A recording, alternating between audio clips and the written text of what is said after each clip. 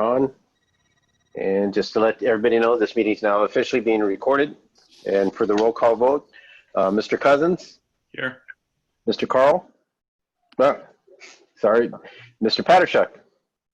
Virtually here. Mr. Springer? I am here. And I'll let the record reflect that Mr. Moon's called that he unfortunately won't be able to attend, and we're still waiting for Mr. Zielinski.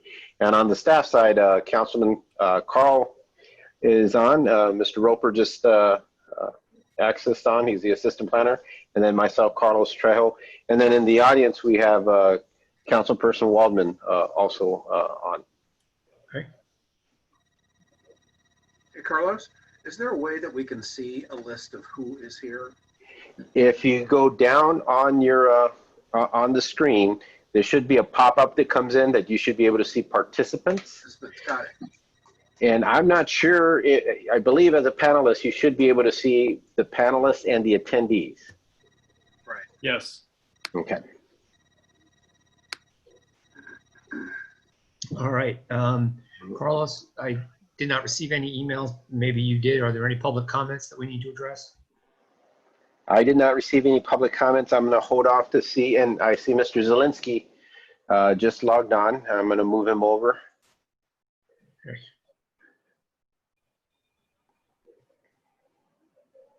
Hey, Nate, we just went through roll call, so you should be on. I think you're on mute right now. And then as we're waiting for public comments, I know Councilperson Waldman is on. I'm going to wait just a second to see if there's any questions. If my count is correct, it shows 9 participants, which I believe I've accounted for. So I'm not sure there's anybody at the moment from the general public that's on. Am I seeing the screen correctly? Correct. We got Mr. Campbell who's going to speak regarding PACE, the Show Me PACE, and then of course Councilperson Waldman. Okay. And doesn't look like there's any comments. Okay. I think if it's appropriate, I think we should do the presentation with Mr. Campbell first. You good with that, Carlos? Yes, sir. Okay. I do not have a video or visual of Mr. Campbell. I don't know if that's. Yeah, he should be, well. Yep. Josh, I have you on.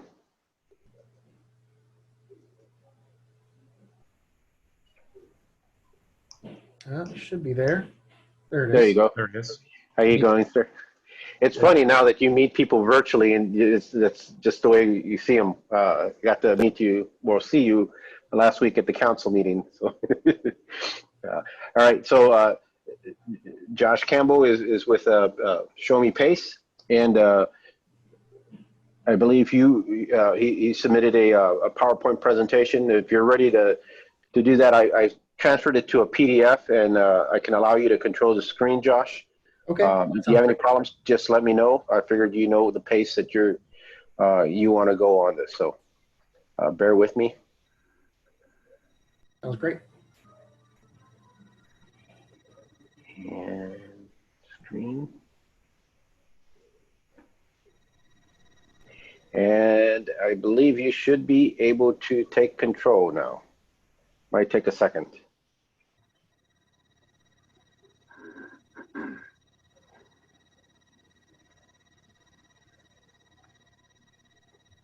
Maybe not. I think.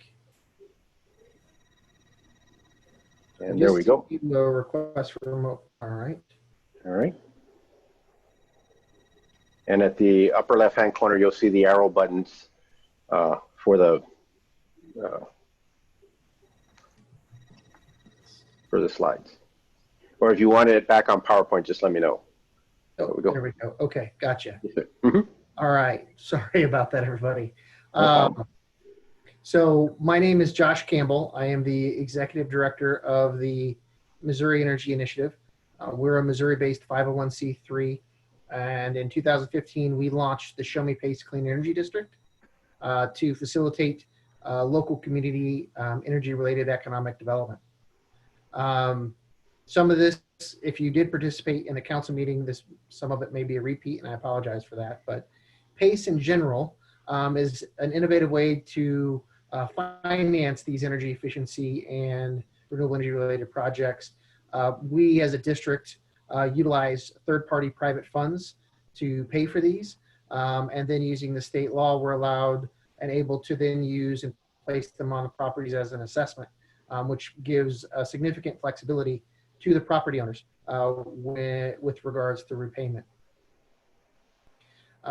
When we look at what projects are allowed, in general, the way I like to describe it is if it can save any amount of energy, it can be utilized. And if it can generate energy renewably, then it can be utilized as well. An example I would give is tuck pointing. Tuck pointing on a building isn't going to save you a lot of money on the energy efficiency side, but there is some savings there. And when you combine that with, say, lighting, it balances out very well for the property owner. And I'll get to why that's important later. We've done a variety of different projects since 2015 when we launched. We've actually done all of these on the board except for public and nonprofit. There was a quasi nonprofit that we worked with, but we've done agriculture, commercial, hospitality, industrial, as well as residential. We're open to the others. It's just finding the right project.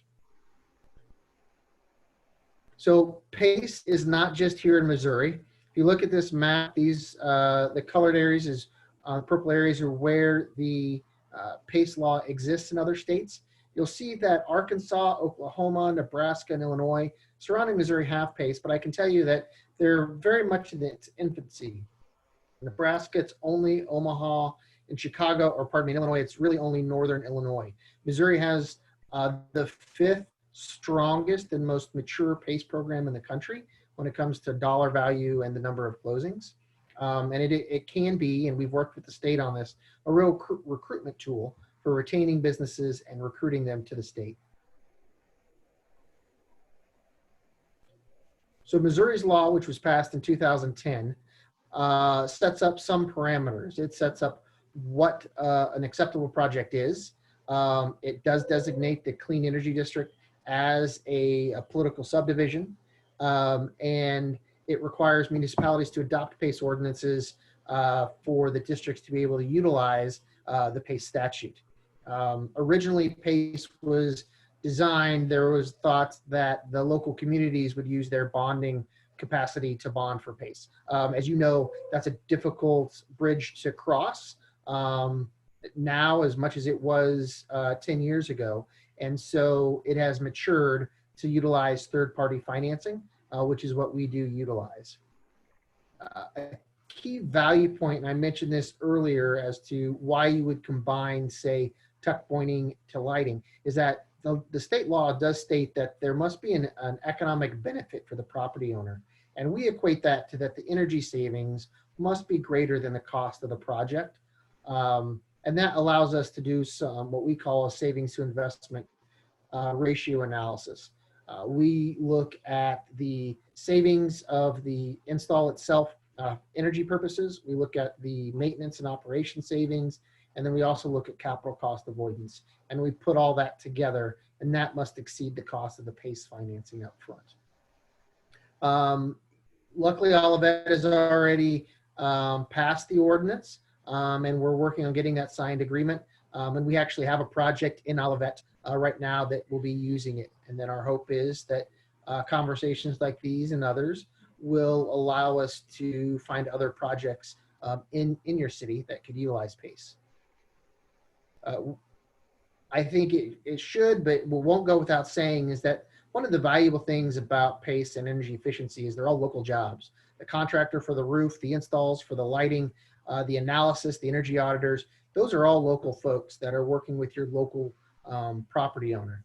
And then when that property gets upgraded, it is then better for the bank, which is the mortgage holder, because that property owner, as I mentioned earlier, will save more money monthly or annually, and therefore be a better bet for that bank. The property owners can be more comfortable in that property, be able to put more money into their business, making them stronger.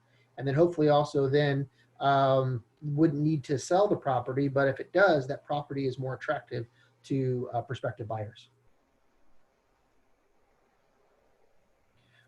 Show Me PACE is one of 2 statewide districts. These blue dots is currently where we are located. The vast majority of our adoption is within the city level. Only a few county level adoptions do exist. In the St. Louis area, we are in all the red communities right now that you can see. All of St. Charles, but we did get some cities before that. And then closer to your community, we are in Creve Coeur, U City, and the surrounding areas. All of that does bridge that right there. We can go into any community that is willing and able to work with us. And so, we may continue to do that as projects develop. Our growth model has been that when we have a project that comes to us, if we're not there in that community, we then go to the community. We haven't made it a practice to just go out to every single community first.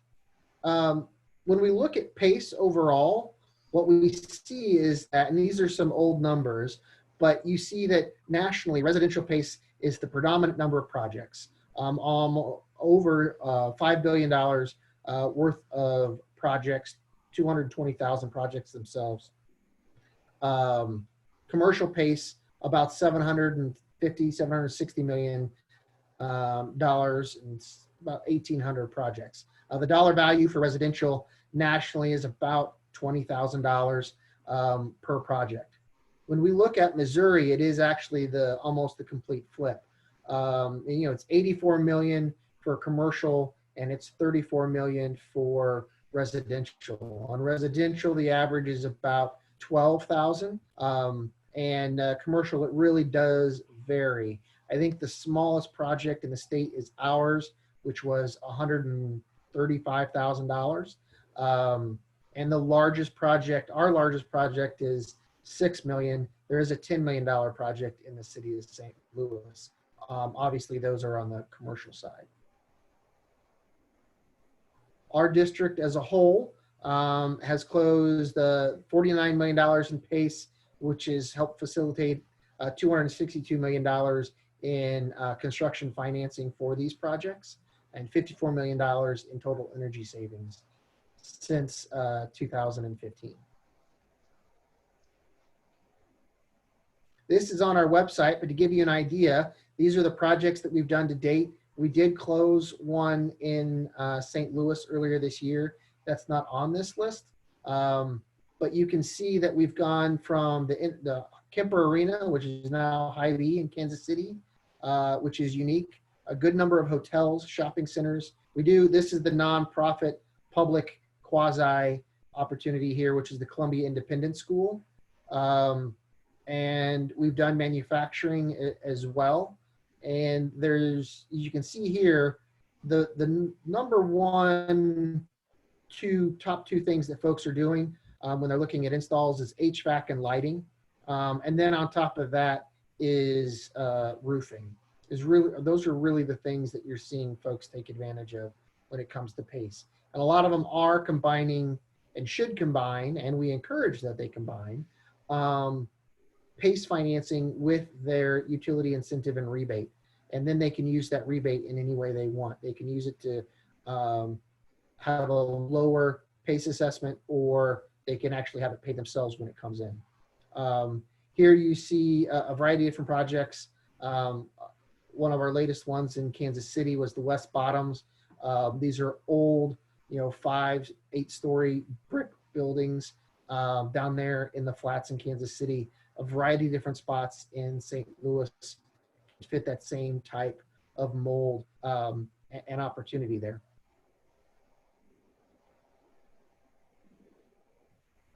So right now, Show Me PACE is the preferred administrator and preferred district for capital providers, and that is because we are the only open market program. So after the board vets the capital providers, the capital providers then bid on projects that come through us, and that means that the property owner can have their choice and requires the capital providers to compete. And hopefully, and ideally, that means that they're driving down their own costs. We also use a third-party collector for commercial projects, and that means that the county collectors, which in a lot of states or a lot of communities aren't interested in collecting, saves the property owner money and makes the local community happier. We work with counties, cities, their administrators to make sure that we are a collaborative partner. We believe our clients are the property owner, the capital provider, and the municipality. All of them together are the people that we need to be able to serve. We do require lender consent on all commercial projects. We're the only district that provides lender notification for residential projects. We have the strongest consumer protections in the state.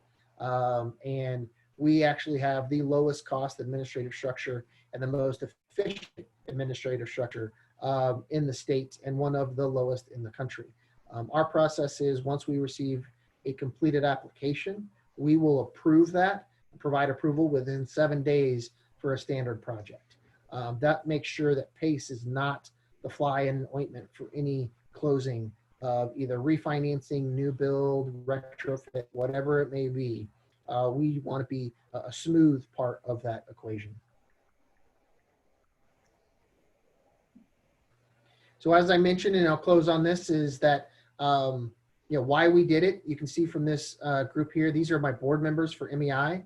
All of these entities are interested in Missouri, bettering Missouri, increasing economic development here. They understand energy, and thus so do we, so do I. And we bring that knowledge and understanding and work ethic and partnership and opportunities for collaboration to Show Me PACE, which I believe is why we've been successful. And I do hope that we'll be able to bring that to Olivet here in the future, beyond the initial program that brought us to your community. And with that, I'd be happy to answer any questions. Thank you, Josh. I'll start what is usually to my left. Nate, any questions? No, I'm good, thanks. Okay, Mr. Patashuk? Sounds very interesting. I'm kind of intrigued as to exactly how this, what this means for all of that. It looks like a very wide-ranging regional thing, national thing, if you will. But you threw a lot at us, and I'm not exactly sure how this sort of blends in. I don't know if there's a question in there or not, but those are my comments. If you're okay, I'm happy to take a stab at it, and then we can figure out exactly where you want to go from there. What it really means is that your property owners that right now, just think of the COVID-19 issue, okay? So a lot of them have had a reduction in the number of visitors to their facility, the use of their facility, and thus the income, right? And some of them are looking for their mortgages to be pushed back a little bit, or something to give them some more flexibility over the next 6 to 8 months until they, hopefully, we all think and hope things will get better. One of the valuable things about PACE is that it is a 20-year fixed interest rate. Unlike your traditional bank, which will give you 5 years and then a flex rate after that. So this 20-year fixed interest rate gives the property owner a stable, consistent cost that they know that they can build in. And it's a flat fee, so it's not going to go up and down no matter what the economy does. The other valuable part here is that the first payment isn't due for anywhere from 6 to 24 months. And that is because it's paid at the same time frame as your property assessment in December. So if you think about a lot of the businesses in your community, a lot of them are feeling that around December or even in the beginning of next year, things will start to get better. Well, for us, any project that closes after September isn't going to be collected until the following year. So that means if a project closes September 15th of 2020, it naturally isn't going to be collected until December of 2021.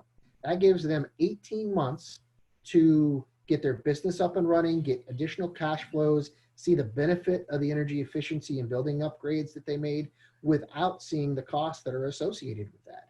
So my hope, our hope, is that PACE can really be a value partner for the companies that are in this field. Additionally, it works for new build. It can work for retro financing, refinancing. Again, looking at COVID-19 PACE may be able to provide refinancing for some of these companies that are looking to do it. That, again, by state law and our process, they still have to demonstrate that the efficiency measures that they installed will flush out over the time period of their assessment. So they still have to save the money from the time of the install. So it's not a short circuit around our consumer protections. So I think those are some immediate ways that it really helps. And, you know, we're working with commercial realtors, we're working with the hospitality industry. These are all folks that can utilize this opportunity for their properties. So basically what this is low-cost loans, which are an incentive to increase your energy efficiency, and it's aimed at those, at the cost of those endeavors. Yes, only at those endeavors. And I will clarify, it is not as low cost as I would like, right? Interest rates are they're market interest rates. They're not government subsidized in any way. But they are, because you add that 20-year fixed and a variety of other measures, it does bring down the negative impact of what PACE may have. The other thing is you came up with tuck pointing, right? And I wouldn't expect that to be something that you would come up with. I looked at some today, and it's usually structural. Yep. I would imagine that you have some sort of a schedule that you work from, and a kind of like a rule of thumb for various things. Is that available easily, or does it exist, or do you have inspectors come out and evaluate things? So we're extremely flexible. We understand commercial construction is not a one-size-fits-all. So what we do, our starting point for a standard project is that the U.S. Department of Energy has a sheet of what the useful life of certain measures are, and the efficiency value of those measures. That is our starting point. So let's say you own a property and you're not going to have an auditor or anybody come out and look at it. You're going to do lighting and roofing. Well, you'll look on that sheet, which is on our website, and you'll see that those two count. You'll use those useful life, or you can use the manufacturer's useful life and the energy savings that the installer is telling you you're going to have from a 20-year-old roof or, you know, your CFLs. And you put those in the application, and that can count. That's the simplest way that we can work with property owners. We can take that all the way up to a non-standard project to where you're doing something that's not on that list, that requires special financial documents or construction loan documents. And there, you know, there's an auditor involved and our board has to approve it. 95% of our projects, well, I take that back. 100% of our projects have used an energy auditor. So they're going to come in and they're going to say, these are the 10 things that you can save money on. This is what you would replace it with. This is how much you would save. This is how long it would last. As long as there's a certified energy auditor or an engineer with a PE license, and they stamp what those values are, the useful life and the savings, we accept that because those are two certified entities around that. So then we'll take those savings and use that in our calculations. But 100% of commercial properties have utilized an auditor in some fashion or form to analyze what the savings would be. Okay. Chairman, I do have a question that was posed. I can wait on that or just to let you know. Carlos, maybe we'll give Rod Cousins an opportunity before we come to that question. So everybody on the commission has their opportunity. Mr. Cousins? Just a question. If this assessment is placed for 20 years and somebody sells their home in the interim, then is the full amount due at sale? So right now, Show Me Pace is only going to be operating commercial within Olivet because St. Louis County has their own residential program, and your St. Louis County's residential provider is also our residential provider. So our agreement is that we would not provide residential because it would be the same as yours, and they had a prior agreement. Stepping back from that, let's say it's a commercial. If it's a commercial property and has a 20-year assessment and it's sold, It is not required to be transferred to the subsequent property owner. It may be transferred to the subsequent property owner. We Okay. had an example, one in, here, hold on one second. We've had a property exchange hands. It was an office building in Old Dorset, in Maryland Heights. It was a realtor building. And they did the PACE assessment, or they did the PACE work, which was really just lighting at about $130,000. But actually I take that back. They did that in HVAC controls. All of that was valuable enough that someone came in and provided an unsolicited bid. And the savings were strong enough in year 3 that they went ahead and paid everything off and felt comfortable adding that into the purchase of the property. It did not have to be paid off. It could have transferred to the subsequent property owner. Okay. Second question, is this all retrofit, or if somebody designs this into an initial construction, how does that apply? PACE can work for new build as well as retrofit. And what is your comparison? I guess what's your comparison to if you design it in with, high efficiency versus what's your baseline, I guess? That's a great question. Our baseline for retrofit is obviously what was there before, what you're replacing. If it's a new build, we base it off of the local building code. So whatever your building code is the standard, requiring them to build above the building code. Now, if it's something that isn't considered by your building code, then what we look at is industry practice. What is the industry norm for that particular product? We did that as an example in the Moon Ridge Farms hog processing facility. They had something that wasn't norm, and it wasn't considered by the community. So we were able to consider what the savings was based off of industry analysis. Okay, my last question, which apparently is more applicable to Olivet than I realized, is why do you see the flip here in Missouri, commercial to residential? So I would say the number one reason is that residential didn't get started. I have a couple, but the first and biggest is that residential did not get started until 2017, I think. The first commercial project closed in 2014 in Missouri. So that's 3 full years. The other component is, it takes a while to ramp up. All PACE does in general for get local communities involved. And I also think that because our residential average clip is at 12,000, and say California and Florida, which are the other 2 states that have residential, their hold values are significantly higher than ours, and therefore they can finance higher amounts. They're closer to 20, 25,000 in California, and 15 to 18 in Florida. Okay, thank you. Mm-hmm.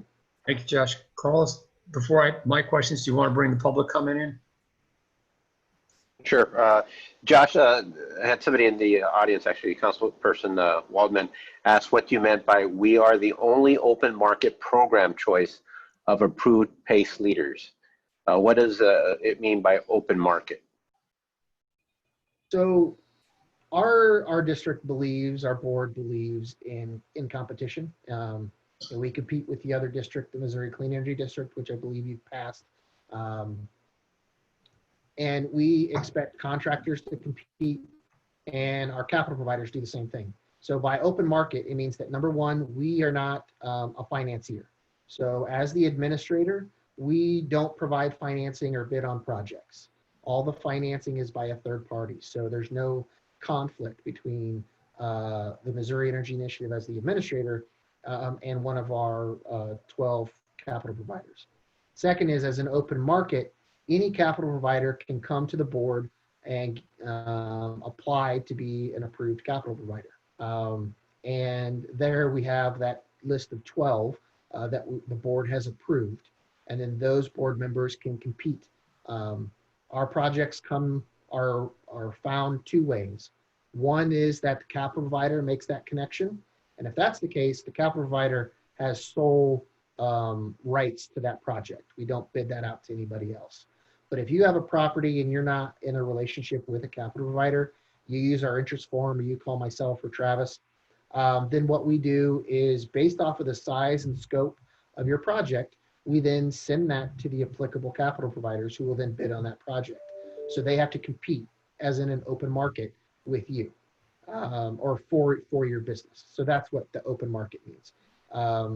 The other district doesn't have approved lenders, and the statewide district doesn't do that. And I'm not sure how your county program does. I know that they fund some of their own as well. Carlos, if there aren't any other questions at the moment from the public, then I just have one or two. There are no more, sir. Not that I see. Carlos, the first question really is about the city. For all the projects or types of projects that Josh is discussing, I assume we have ordinances that cover that. For example, the solar panels or things like that already in place. We wouldn't run into a situation where we don't have an ordinance that covers that type of project. Correct. I think the way the codes are set, they're more, they're not restrictive. I'm not familiar with the code where it says you can't do these in there. And I think the current set that we're under, the 2015 ICC codes, acknowledges all the new technologies and environmental and sustainability type of implements that I would assume fall under the program. Good. I mean, I'd hate to get somebody from our community involved and then find out, we got a snafu or delay because of that. How does this work, for example, with some of the energy incentives or rebates or things like that Ameren currently offers our community? So we work really hard to make sure that the property owner or the capital provider have inquired of their local utility for their incentive or rebate. The incentive or rebate can be partnered with PACE to either, say, on $1 million project, bring that $1 million project down to 950,000 for a $50,000 incentive, or that property owner may say, okay, it's more valuable for me to have that $50,000 in this example, and their PACE assessment will still be $1 million, but then now they have $50,000 in cash from that incentive. If that makes sense. So it can be used in conjunction with. Yes. So have you approached some of the developers for the, off the top of my head, 3 newer developments here that are pretty much underway in our community? We have not, no. Okay. Would it make sense to do that? Absolutely, yeah. I'd be happy to take any information offline and reach out to them to make sure they're aware of it and see if it might be of value to them to reduce their costs. For larger new builds, PACE's greatest value is the replacement of mezzanine financing. It can save the property owner a significant amount of money. Okay, so like I said, off the top of my head, I think there's 3 new projects where, well, actually 4 that I can think of where it may or may not have some benefit. Does the program apply to things like electric charging stations? And I mention that because at least 2 of the projects have parking garages where people would be available for those vehicles would be sitting there for an extended period of time and might, make sense as opposed to the convenience store where you go in and out in 5 minutes. We would have to do some analysis on that. It hasn't been brought forward. We've had discussions about energy storage parts as backup. And I think we've gotten over the hump there. The problem with charging stations is, where's the efficiency? Efficiency is most likely coming to the vehicle itself, which is not the property. Okay. If we can figure some other connective tissue between the install and the usage of that charger to the property, then it would be possible. But right now we haven't found that. I do run and organize a National Administrators Collaborative, and that is definitely a topic that we have talked about, but unfortunately haven't found an answer there either. So it wouldn't be just Missouri who's scratching its head on it. Okay. Carlos, would you be able to provide Josh with some contacts for those new projects where this may be applicable? Absolutely. Okay. And we got, just to kind of go through the ones that Jeff was mentioning and kind of undercounted. We have a 5-story development called Easy Storage, a 15,000 square foot commercial building we kind of reference it as a plant haven. We have a Firestone development that's getting ready for permit applications, and then we have the large development at Olivet Crossing. I think the city managers talked to you or has brought that to the developer's attention. And then of course the city center redevelopment, which is the apartment complex, which again, I think the city managers talked with them about the program.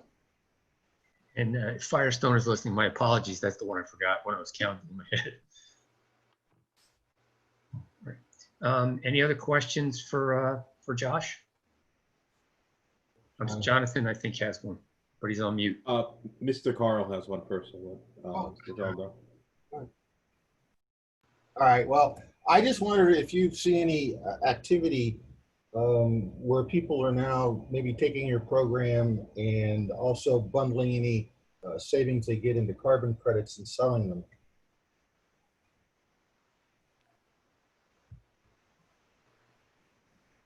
Right now, I would say no.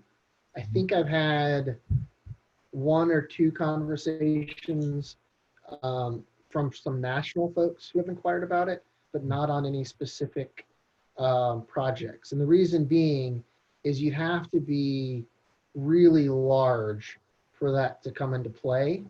And we just haven't had that. One, you as a client or developer have to be into that market. Or as a client, say like Walmart or Amazon, really do that. In that case, they don't need our financing. They've got their own. So short answer, no, not yet. I mean, there is push to drive those carbon credits to a more affordable level. There's now an SEC approved carbon credit trading market, and you can trade for a small amount of money. You don't have to be Walmart to come involved. So I'll have to take a look at that. We haven't really gotten into that market yet.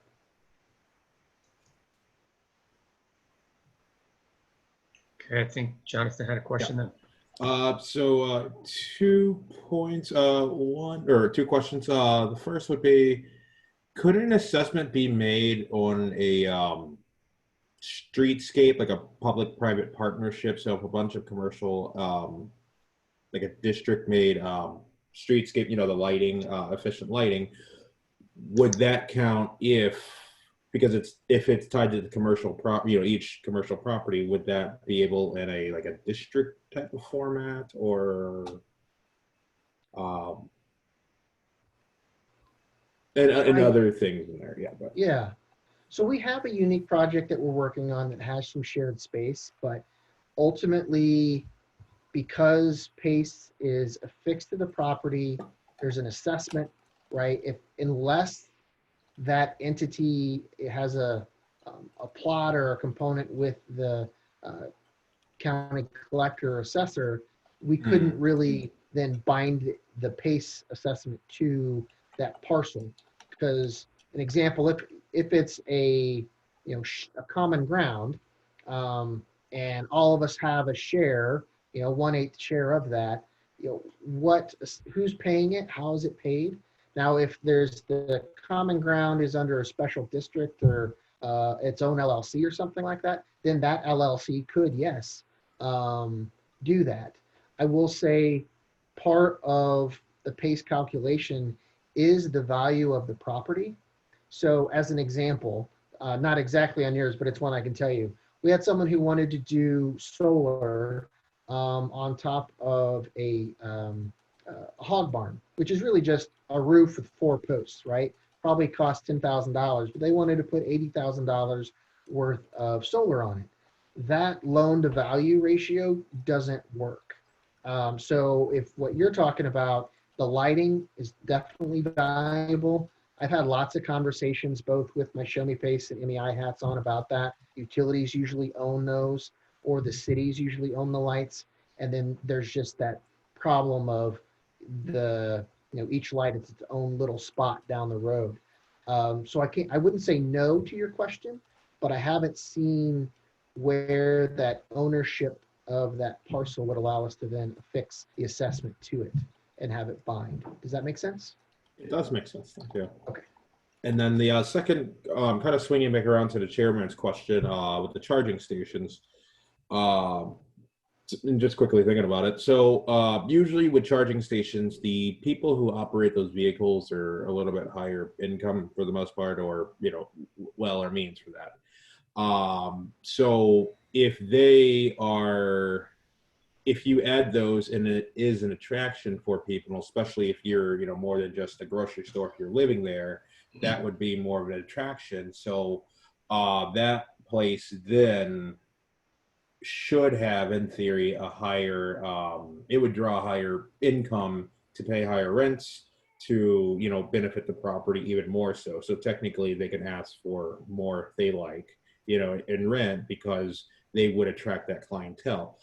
Same with the, I'm going with the Olivet property, we are using it on that one, but it's just, if you have mixed income, I think, just from a charging station, that could you might not tie that project just solely with that, but it would be with other things as well. But that's where just my 2 cents on that. So. I think that's a great part of, as I mentioned, we have a kind of a 3-part calculus when we look at the overall economic impact of a measure. And so I do think that can fit in to it when you look at either capital cost avoidance, i.e. more income in one allows you to lower expectations or debt on something else. The problem is you still have to demonstrate some efficiency savings. We did a hotel in Kansas City earlier this year, and they added water faucets, like high efficiency water faucets, toilets, shower heads, and water heater. Missouri's law currently does not allow us to count savings for water. So what the engineer had to do is calculate that because they were smart faucets and smart shower heads, that it would reduce the runtime of the water heater, and that is the efficiency component of it. So we couldn't count the dollar saved from the water. We can just save the dollar saved from the energy, and that's not a great return. But when you add that on top of all the other components that they added to it, it ended up being positive for the property owner. If we can find that sliver of savings from the charging station, I completely agree with your analysis. It makes great sense, and that's a great way to look at it for those properties. I just haven't yet found that one sliver of saying this is the savings for the building itself. So Josh, you mentioned the water heater savings. It's just a silly question at the moment that I'm not as up to it as I should be maybe, but for example, these new buildings that are coming on in our city will all have the ability to have a hot water, whether it's for just a sink to wash hands or for the building themselves or wherever it might be. In one case, there's going to be a hotel. So if there are commercial tankless water heaters that could be installed that could handle the load of that particular project, that would seem to me to be a pretty significant opportunity to save. Am I thinking correctly there? Or? I don't have the numbers in front of me between what a boiler for a 300-room hotel is versus a tankless, the number of tankless water heaters you need for that would be. But if there's energy savings, absolutely. Absolutely. Because I would think in that case, energy savings would be really significant. Okay. Jonathan, Carlos, commissioners, any other questions for Josh? Josh is getting off easy tonight. I'm good. It was very informative, Josh, just like at the council level. I got to see it that first round, and there was a lot of good questions from the council too. So Actually, Carlos, can you forward Josh's information to us. Like, I'd like to discuss some things offline with residential, et cetera. Absolutely. All right. And then. I will say to the council, pardon me for interrupting, but if the commission is aware of any organizations that you think this presentation may be valuable for them to hear for their members, please let us know, whether it be webinar or when the time comes in person. You know, we had, we're a nonprofit and it took us a little bit, but we had a positive year last year. So we are doing more outreach this year. And I would love to be able to present to your community and let them know what's going on. Very similar to this. Most likely what we would do is maybe pull out 1 or 2 specific projects, bring a capital provider with us, and then they can highlight exactly what thought process goes in when they're underwriting a project so the property owners can figure that out. But if you're aware of that, please share that with us. We want to get this out and make your folks aware of it. If it can be used, great. If not, that's okay too. I bring this up as one thing that we could talk to the business owners about, or business owner roundtable could have an opportunity to do something like that.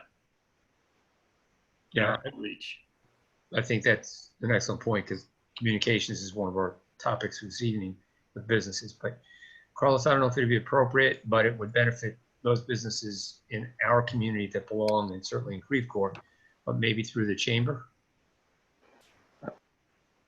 Yeah, I was thinking about that might, reaching out to the chamber might be a pretty good idea. I'll get you that information, Josh, and then see if we can coordinate something. They do monthly luncheons, or they've been doing some webinar series too. That'd be great. Thank you. All right, then I think Josh is welcome to stay for the rest of the meeting, but I'm not sure that that's going to be of a lot of interest to him. So thank you, Chairman, Josh, for the presentation. before, if I can interrupt before Josh leaves, I do have a raised hand. There's one attendee, and that's Councilperson Waldman. Is it okay if she asks a question? Absolutely.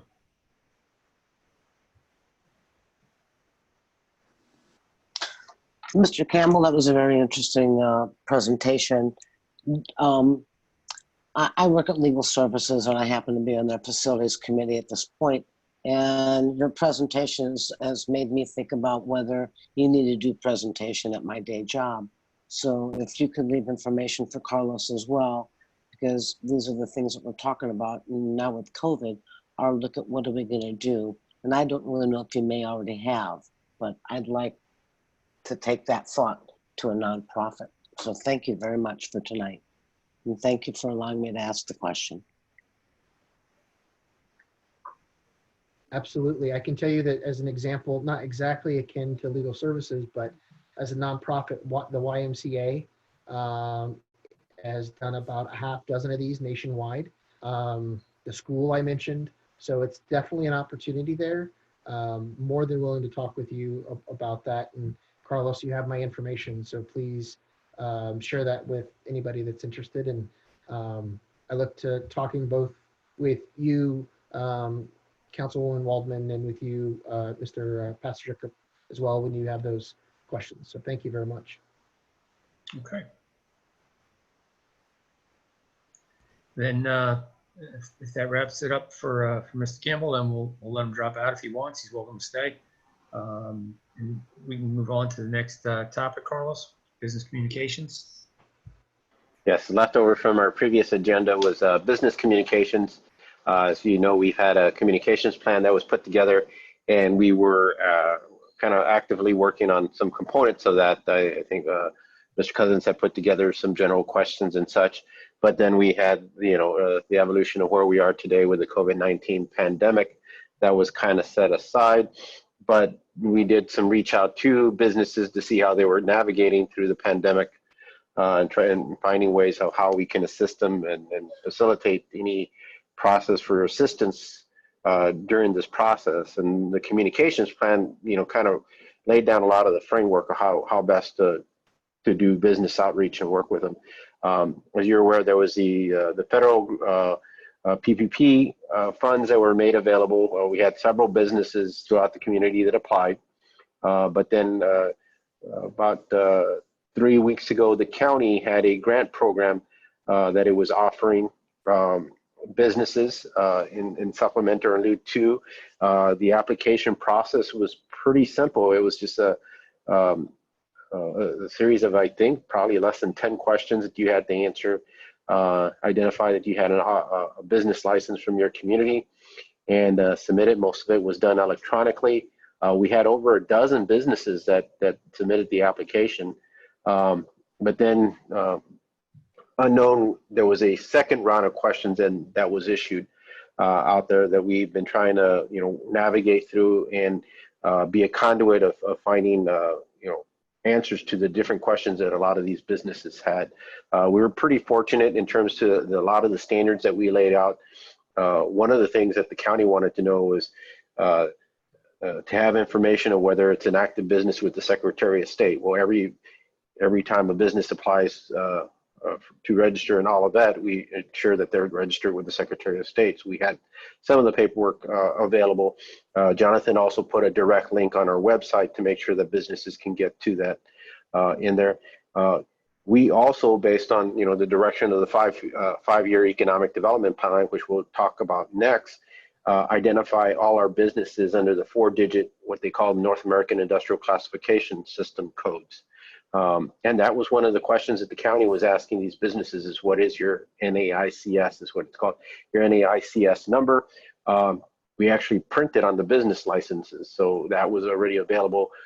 We also had it in a database, and again, Jonathan was able to upload all the active businesses and all of that, and identify their NAICS codes in there. I'm not sure, and Barb's kind of held up with the Q&A for Prop P in terms of when the deadlines were set. And Jeff, I'm not sure if you know a little bit more about this as a business operator in there, but we've been trying to make sure that we were a good conduit between the county and the businesses. I think we were pretty successful. We got a lot of compliments in the process. I know Barb had worked relentlessly day and night, making sure that we were trying to get answers to the various questions that they were asking. I only saw, probably a tip of the iceberg of some of those, but we really went out and engaged with our businesses. Beyond that too, we started talking or reaching out to various restaurants. I think we brought up this at our last meeting last month in terms of what we can do to try to assist or facilitate as we were entering, the reopening of the phase 1 for county. And then we kind of expanded into that to actually talking to the various restaurants on how we can make the process of, calculating occupancies, allowing outdoor signage, allowing temporary signage, and make the process more easier done administratively in there. And this includes the things as simple as, we got calls of, that they were going to, people were going to be partitioning, whether it's a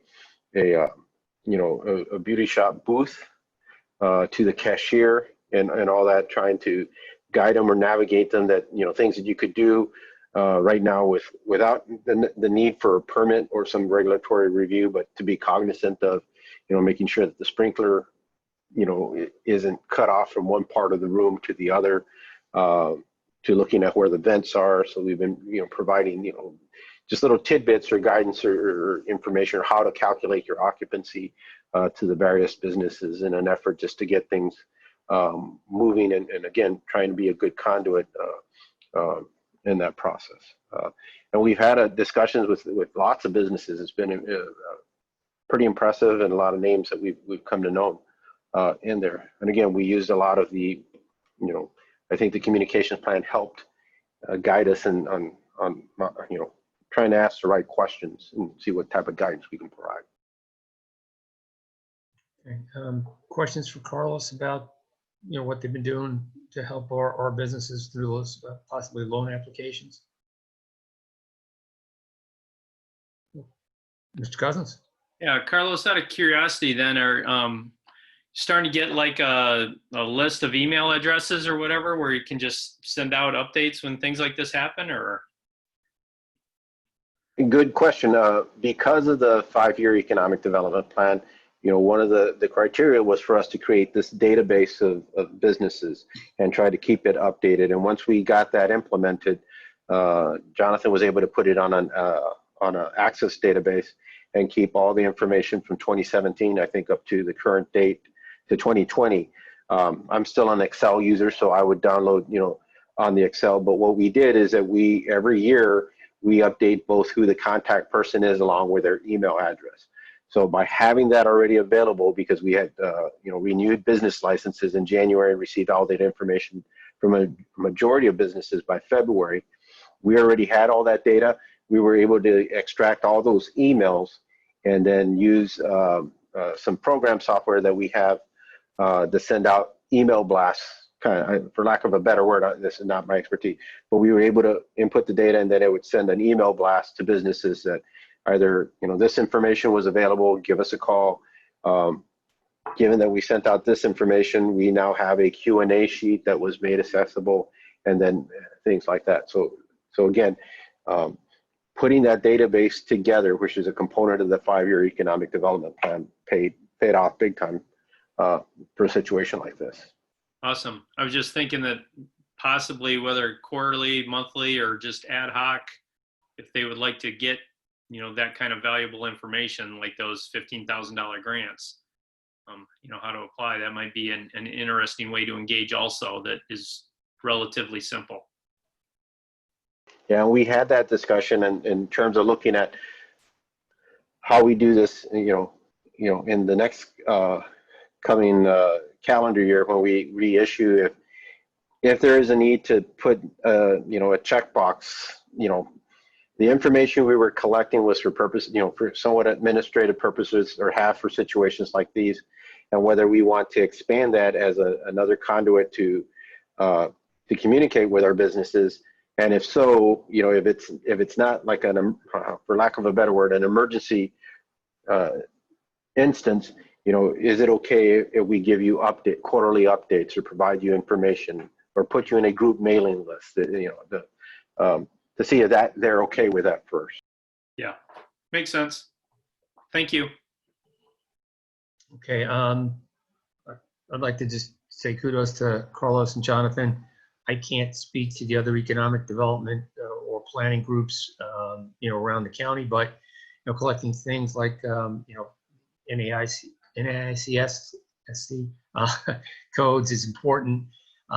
Being able to, verify that they were part of state, registered with the state treasurer's office. And then all those things make it a lot easier for our small businesses that don't have a lot of manpower or resources. And the reason I mention I think why that's so valuable, which you've mentioned, Carlos, is my understanding on this county program is that it was a very quick and easy handful of questions to apply that then were followed up. I believe it's an accounting firm that comes back and basically says, hey, we need this, Schedule C, we need this, we need this, we need this, to kind of validate what you said and determine whether you're going to get this approved or how much. And I think what's critical, my understanding, it was only about a 7-day window that they had to respond in, which, is pretty tight, especially if you're working more remotely or you need to contact an outside resource to get that information rather than having those people in-house. So kudos to Jonathan and Carlos for helping to make it a little easier for our businesses. Real quick, so in just talking to them, what's the sense of what's going on out there? Have we lost businesses? Are we on the verge of losing businesses? Are people treading water? Are you able to garner any of that through your conversations with them? Majority of what I heard was that, the process of who gets to open and who doesn't get to open was a lot of people felt that it wasn't equitably decided, that it was somewhat unfair. Hey, how can they have so many people here where my people, I have people here that come in and minimize. I think a lot of it was just, justifications of why this group was considered essential, or why this group got to open first. And I think that was a majority of what we heard in terms of, how business was running and all that. We didn't get, I think by the point that we, the past couple of weeks, it wasn't. It probably would have been different if we would have talked to them when a lot of the closures began. I think by the time we started in contacts with them, it was how they've adjusted and what they were doing at this point. Olivet Diner is a good example of how they went to the curbside pickup, how they quickly, shifted their emphasis, and for the most part, it sounded like things were going good, and you talk to the Olivet Lanes, they were disappointed in terms of the process, especially if the lanes were distant, or decisions being that, well, given the occupancy that I'm allowed, it's just not, the return is just not there. And then that was not something that we can help, decide, but we could lend an ear, listen, to what their issues were. And we did take a lot of these comments back to the mayor, who also chairs the local municipal league, and was able to, echo those comments back. I would add, as it relates, Nate, you mentioned, I think, any of your businesses sounding like they're in trouble, and I'm sure, a few of them probably are. And I can't speak for all the landlords in our city, and there's numerous, but I have heard that some of the landlords have really been trying hard to work with the tenants, which was good to hear. And I'm sure, there are one or two who don't, but I think it's in everybody's best interest if they do. So I'm optimistic that the damage hopefully is non-existent, but at worst case is minimal. And Jeff, are you speaking of commercial or residential or both type of landlords? Commercial. Okay. So, anything else in terms of the business communications? I mean, it's kind of tough for us to get out there and connect like as we had planned, but to Rod Cousins' point, I think being able to have some of the email addresses and ways to just let them know we're here, whatever email or communications they're receiving from us at this point, I think is just a positive, leaves a positive message. Thoughts, comments? Did I lose you? Okay, everybody's still connected, Carlos. Well, I think from a staff end, again, I'm hoping that, we can start seeing the light at the end of the tunnel. I know that this can be a sensitive issue. There could be a second wave or so, but, it's something that we don't want to put aside. At what point do we start going out, or does the content of the questions change, or to what the current situation is, or again, do we look at, let's just hold off another two months and then go back out or assess where we are? I guess the goal is just to make sure that we don't set it aside. I'll jump in for a second, and everybody else's feedback is important, but I think because our businesses are just starting to open, the kind of assistance and communication they're getting from the city, whether it's you, Carlos, or Barb, the city administration, I think is really what they want to hear. And I don't know that it'd be a good idea for us to jump in just yet. I would like to revisit this maybe in kind of target, if you will, maybe, mid-August, to be thinking, okay, let's after Labor Day, they've had a chance to digest and kind of get back on their feet, hopefully. And maybe, right after Labor Day, we could actually start implementing what we discussed. And other thoughts from anybody? I was going to say, likewise, we talked about picking the first 2025 businesses, been able to call the database a little bit and see which ones we would want to target. And that's something we can start taking a look at or bringing back to the commission. And I'll talk a little bit about it in the 5-year plan. Okay. All right, then. Sounds like we're on the 5-year plan, Carlos. Okay. Talking about the 5-year plan, now that we've pretty much closed the window on the business licenses, we're probably at 90% have been submitted.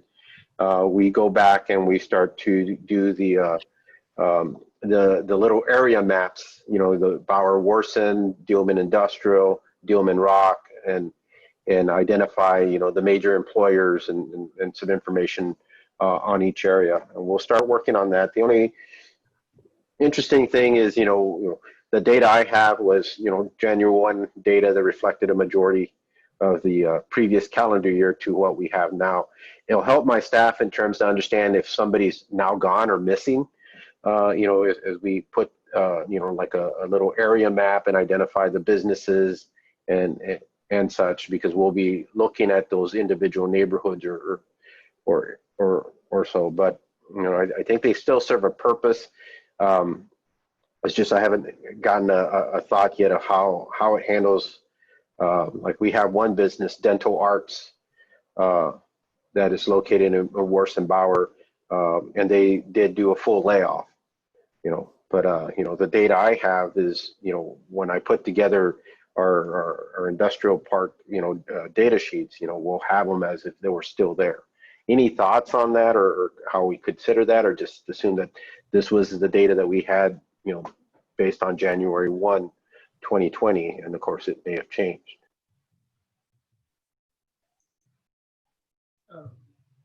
Nobody else is jumping across. I think that we run it based on the data we had in January.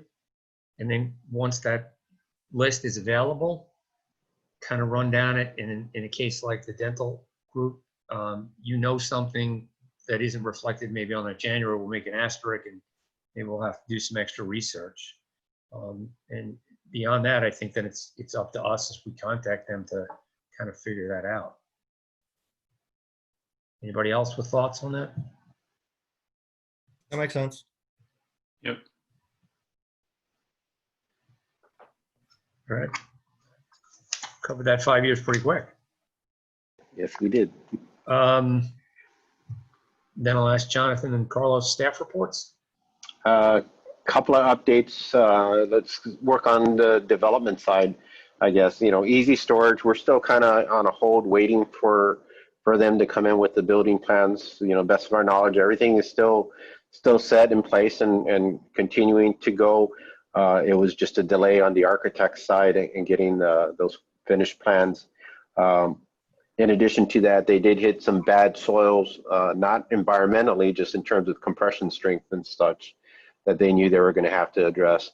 Looks like all the MSD infrastructure is already in place. So at this point, you know, and we've talked every once in a while in there, but we haven't had any indication that, you know, that there are problems. It's just kind of the delays of the current environment.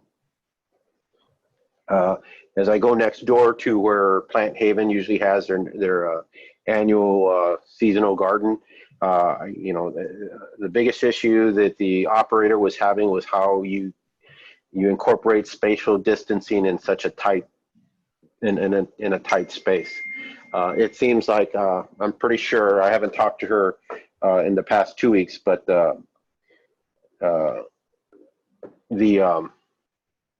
I don't think she's going to be reopening, and we haven't approached her yet about the fencing in there, if it's still necessary to have in place. Jumping over the bowling alley at 9514 Ponderosa, they have their site improvement plans scheduled to be before the commission next Thursday, and they have their architectural drawings all set and complete. Anticipate once they get past the commission that they're going to be moving quickly. They've been inquiring and getting all the permit information data pretty quick. Across this, go ahead. How much retail space are they putting in at that site? I believe it's about 10,000 square feet on the first level, maybe 5,000 above. Okay. The total, it's a 1.5 story building. The total will be 15,000 square feet. And then across the street is, of course, the city center development. We are having a preliminary permitting meeting on Thursday with the building inspector and the fire chief. And I anticipate that, I'd like to say by week's end, but probably by early next week, we'll have all the approvals finally for to initiate the demolition. They were waiting for a couple of the utility letters that the disconnections have been done, but they're done with the county in terms of being given the AOK to start demo. They just need to provide us assurances that all the utilities have given a thumbs up. So again, they seem to be looking and moving in a brisk pace. They've also had discussions with the Show Me Pace. I think they've expressed some interest in terms of utilizing the services that are provided. As I head further east to Olive and Dealman, the Firestone development, we've engaged, the city is engaged with an outside consultant to do a landscape plan for the corner of the property where the old Veterans Fountain is at. That's going to get removed and replaced with some type of landscape feature. We've received a bid from the landscape consultant that was associated with the traffic management plan, and we shared that with the developers today. And you know, there was some feedback. We're going to go back to the landscapers and try to finalize the scope of services, which of course are related to the cost. And we talked about the expectations about the implementation and who would be responsible for what once that's put in place. So beyond that, I did ask them. You know, they are looking to begin sometime September, October.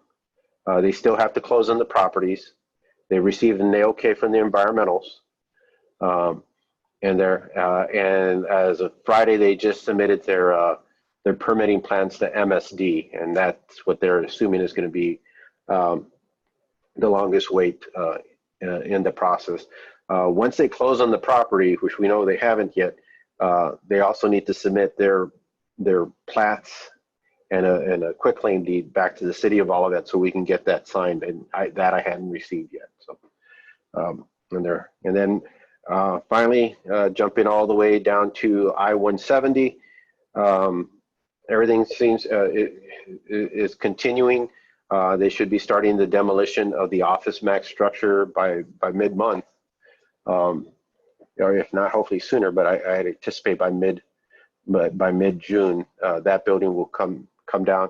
All the prep work's already been done, and they're just waiting for the release letters on that. As soon as that comes down, you'll probably see a lot of grading start on the side.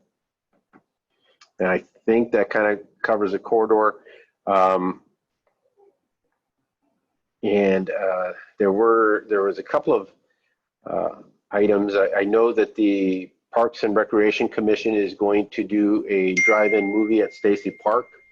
I don't have that date. I'm not sure if Councilperson Carl does. If not, I'll find that quickly while he's talking. And Election Day is tomorrow. Carlos?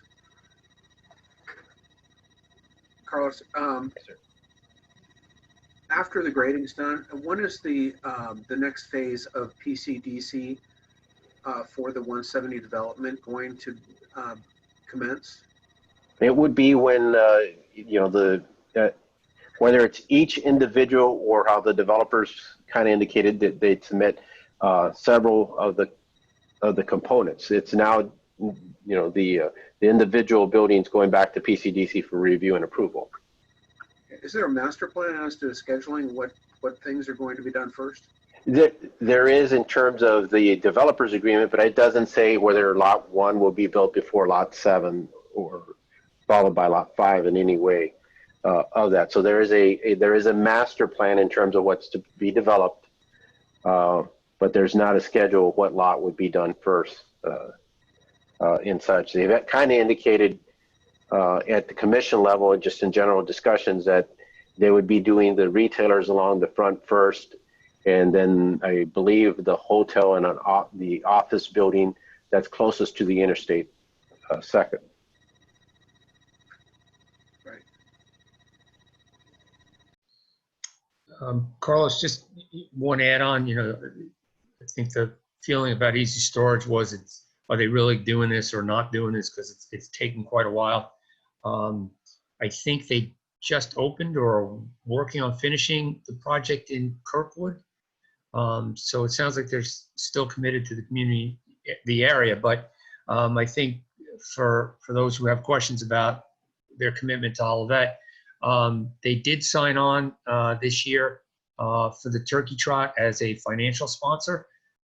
So they will be our gold level sponsor. What that entails is a $2,000 commitment. It's not significant money, but I think if they had any doubt about being here, they probably would have said thanks, but we're not ready to do it yet. So I think it's just a matter of circumstances and MSD and some other things that have probably slowed that project down. But it sounds to me like they are in, and I think by late summer or so, they should start actually trying to dig out or start construction on the building. Anything else for Carlos or Jonathan? That's a no. Mr. Carl? That's June 26th is the drive-in movie. I looked it up while we were waiting. And the other thing I want to mention is that our mayor, Ruth Springer, has been elected, as it was alluded to, but I'll just say it was elected as the president of the municipal league for the year. So Olivet is getting some great recognition there.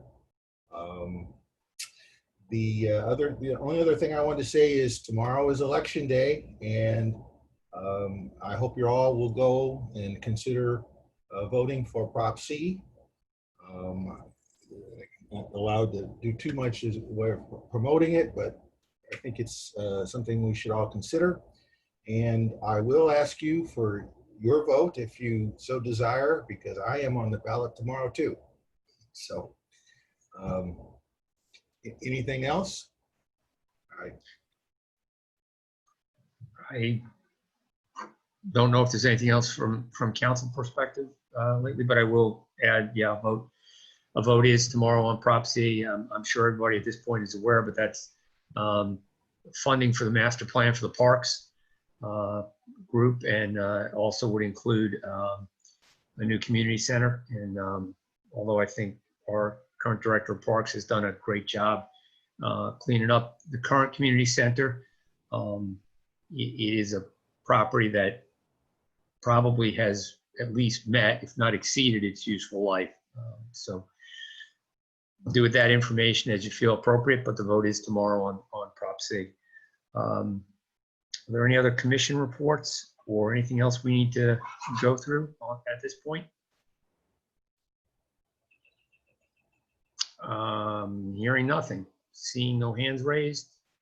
Carlos, I don't think there's anything coming from any of the public comment. I think nobody's been added. And I don't think that Barb Sundegg, city administrator, has joined. She's probably still with Prop C. So I'll do going once, going twice. All right, going three times. Gentlemen, I really appreciate your time tonight. Doing it this way is a little different. Hopefully in the not too distant future, we can get back together in a more normal setting. Although I don't know, maybe this is becoming normal. My underwear thing.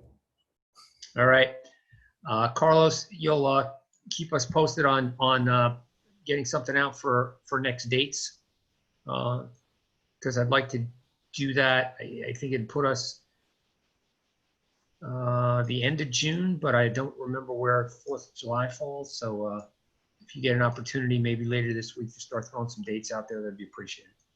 4th of July is a Saturday this year. Well, I know we're not meeting on the 4th of July. At least I'm not.